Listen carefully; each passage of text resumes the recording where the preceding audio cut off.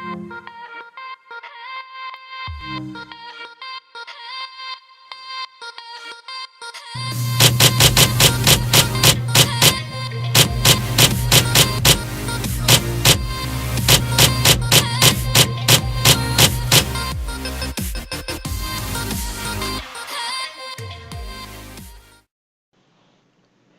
everybody, welcome to Minnesota Sports HQ. I'm Ben. I'm Parker. And today we have a special video for you. There's no Minnesota sports on today, so instead we are going to be looking ahead to the NFL Divisional Round and giving you guys a nice preview on that. So let's start off with the AFC, and we're going to do this first game, the Patriots versus the Titans. Now the Patriots are the 1 seed, the Titans are the 5 seed. And, we're just kind of going to look over some key position matchups, and at the end of each review, we're going to give you guys who we think is going to win. So obviously the Patriots have Tom Brady at quarterback, and the Titans have Marcus Mariota. I definitely say the Patriots have the advantage in this one, as this is the first time Mariota has been in the playoffs. At running back, the Patriots are also doing pretty good with Dion Lewis and Rex Burkhead, and that's compared to the Titans having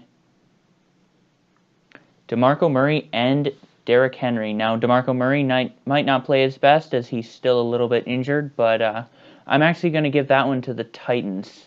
I believe that's a little bit better. Now, for the rest of the offense, wide receiver, Patriots have Brandon Cooks, Danny Amendola, like that. Obviously, Gronkowski's going to play a big role in this game against the Titans defense. And for the Titans, few wide receivers, Rashard Matthews, Taywan Taylor, Corey Davis, and Eric Decker, with a tight end of Jonnu Smith. And I'm going to give that advantage to the Patriots, with obviously not a great tight end for Tennessee, and that could play a big role. Now, on the defensive side of the ball,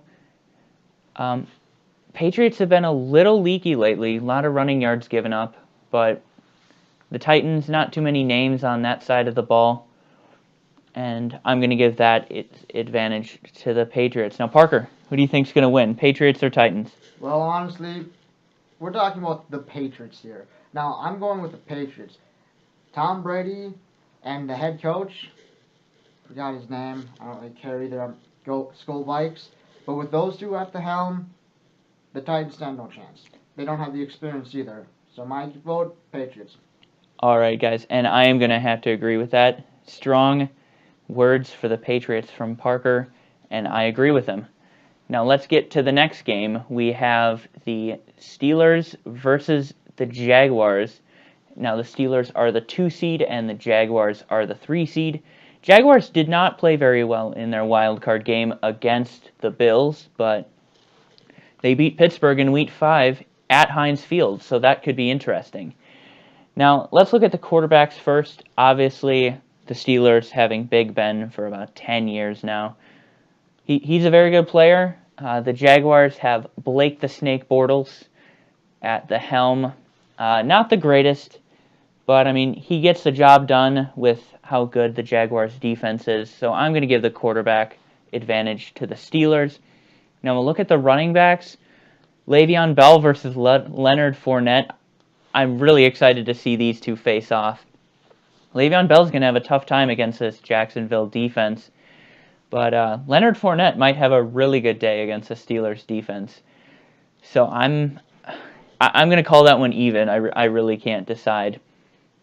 Now, as far as the Jaguars' rest of the offense goes, Mercedes Lewis at tight end, Allen Hurns, Marquise Lee, Dede Westbrook, whole load of good wide receivers. Pretty good. Now, Pittsburgh obviously has Antonio Brown and Juju Smith-Schuster, Martavis Bryant and Darius Hayward-Bay. All of those are great options with a tight end of Jesse James. But I am actually going to give this one to the Jaguars. Their receiving core has been awesome this year, and it's actually made Blake Bortles look like a decent NFL quarterback, which is pretty hard to do. And now we'll look at the defense. The Jaguars have a boss defense with Jalen Ramsey, star cornerback.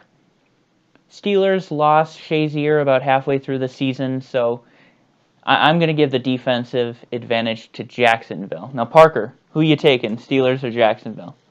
Well, as much as I like and rooting for Jacksonville, I have to give it to the Steelers. The Jacksonville Jaguars, just like the Tennessee Titans, they have no experience in the postseason. The Steelers, however, they do. They got plenty of it. Big old Ben knows what he's doing, and now I know for a fact that Heinz Field will be lit for them to win, and they will not crack under the pressure. So my vote is with the Steelers. I'm sorry, Jacksonville, but I don't have faith.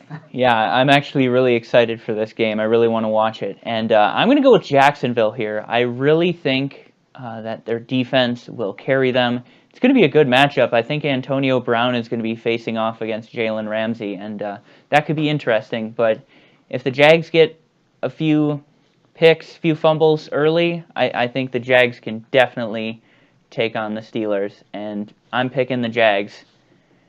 Now, we're going to go over to the NFC. We have the Philadelphia Eagles versus the Atlanta Falcons. Philadelphia is the 1 seed. Atlanta is the 6 seed. Now, the big news for Philadelphia is at quarterback, they lost Carson Wentz. They got Nick Foles in. What on earth is that?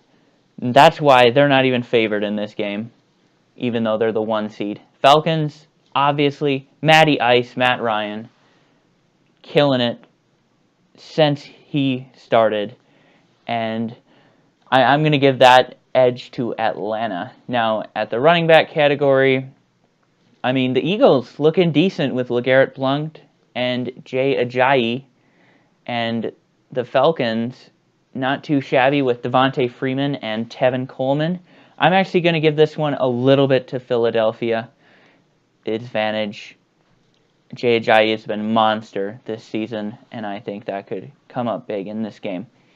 Now, as far as the wide receivers, Atlanta's got Julio Jones, extremely huge, but also Mohamed Sanu has been strong on third down this season, along with Taylor Gabriel, and that's matched up against the Eagles' Alshon Jeffrey, Nelson Aguilar, and Marcus Johnson. Now, that's not the greatest wide receiver 3 for the Eagles, and that's why I'm going to give it to Atlanta for the rest of the offense. Now, on defense, the Eagles have really saved themselves this year. Some strong performances, but they're going to have a tough time with this Atlanta receiving core. I think Ronald Darby is just going to get shredded by Julio Jones, and I'm excited to see some of what Atlanta can bring to the table with stars like Deion Jones. So I'm going to give that advantage to Atlanta. So Parker, who do you think is going to win, Atlanta or Philadelphia? Atlanta. Philly, I'm sorry, you may make a mad sandwich, but you are nothing without Wentz. Wentz was your key player.